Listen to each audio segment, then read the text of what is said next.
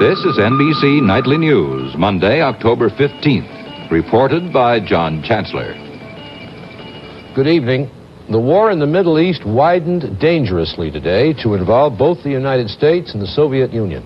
The United States disclosed that it has already started to airlift military equipment to Israel to make up for Israeli battle losses and to offset massive Soviet military help to Egypt and Syria. In Moscow, the Soviet Union, which began resupplying the Arabs at least a week ago, said it is determined to assist in every way the Arab war to drive Israel out of the occupied Arab lands. And tonight, we learned from NBC News correspondent John Cochran that Pentagon sources say American pilots are flying both planes and other equipment directly into Israel. American pilots are flying fighter planes into Israel for Israeli pilots to use in combat. Also, Americans are flying cargo planes loaded with missiles, ammunition, electronic gear, and even tanks. Government officials do not believe U.S. pilots are in great jeopardy. The officials point out that Israel controls the skies in the area over the Mediterranean close to Israel. But when asked what happens if an American military pilot is shot down, a high U.S. official said, well, the crisis just escalates.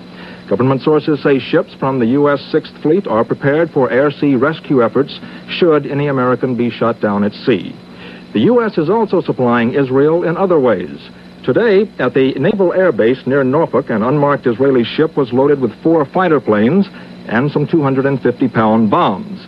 The planes were A-4 Skyhawks. These are the planes that Israel has lost the most of. The U.S. is also supplying the faster, more deadly F-4 Phantom jets. Government sources say eventually the U.S. should be able to replace most, if not all, of the Phantom jets so far lost by Israel. John Cochran, NBC News, Washington.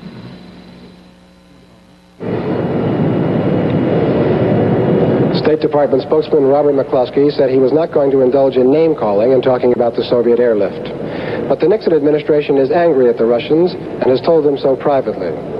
Officials here say the administration is still trying to avoid a public confrontation because that could set back the recent improvement in relations and might also interfere later with diplomatic efforts to work out a long-range Mideast settlement once the fighting is over. The State Department emphasized that the resupplying of Israel was designed to maintain the balance of power in the area, a diplomatic phrase which means Israeli military superiority, especially in the air. So there's no doubt that Israel is now getting some Phantom jets to replace its sizable losses. The decision to resupply was made after it became obvious that the Russians were increasing their resupply of the Arabs, including sending some technicians back to Syria. The State Department announcement is likely to provoke threats from some Arab states to cut off oil supplies to this country. But President Nixon made it clear at a White House ceremony for Medal of Honor winners that the United States would continue supporting Israel. And he did it by pointing out past examples of American help for Arab nations. If I were to describe our policy, I would say that it is like the policy that we followed in 1958 when Lebanon was involved. It is like the policy we followed in 1970 when Jordan was involved. The policy of the United States in the Mideast, very simply stated, is this. We stand for the right of every nation in the Mideast to maintain its independence and security. We want this fighting to end. We want the fighting to end on a basis where we can build a lasting peace. White House officials said afterward that the president did not mean to imply that the United States might send troops to the area, as it did to Lebanon in 1958. But for the first time during the war, the emphasis here is now on helping Israel militarily rather than diplomatically. Richard Valeriani, NBC News at the State Department. The reason for the speed up in military deliveries, both by the United States and the Soviet Union, is that losses on both sides in the war have been sizable.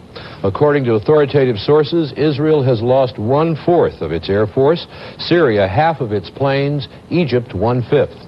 Israel has lost 1/3 of its tanks, Syria more than half, Egypt 1/10. In other news tonight, we'll have satellite reports on the fighting in the Middle East. Former Vice President Agnew is in the news tonight. We'll have a film report on a fire which destroyed 1/4 of a New England town. And we'll take note of increasing reports of strange, unexplained things going on up in the sky.